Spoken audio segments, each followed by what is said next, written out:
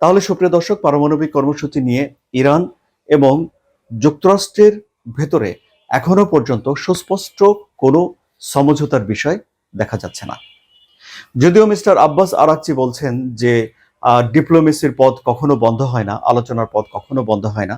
Donald Trump যদিও বলছেন যে তিনি আর ইরানের সঙ্গে আলোচনা করতে চান না, কিন্তু তারপরেও ইরানের এই পারমাণবিক কর্মসূচিকে ঘিরে একটা চাপা উত্তেজনা কিন্তু থেকেই গেল। এবং এই চাপা উত্তেজনার ভেতরে এসে যে তথ্য আমাদের সামনে আসলো সেটি হলো যে যুক্তরাষ্ট্রের মতো একটি দেশের প্রেসিডেন্ট এবং তার প্রতিরক্ষা মন্ত্রণালয়ের দুইজনের দুই বিবৃতি মিলছে না। এই বিবৃতি কি বিষয়ে? বিবৃতি ইরানের পারমাণবিক কর্মসূচি বিষয়ে, যে কর্মসূচিকে ঘিরে 12 দিনের একটা যুদ্ধ বিশ্ব দেখেছে। এখন তাহলে এই যে রহস্য তৈরি হচ্ছে, এর মীমাংসা কোথায়?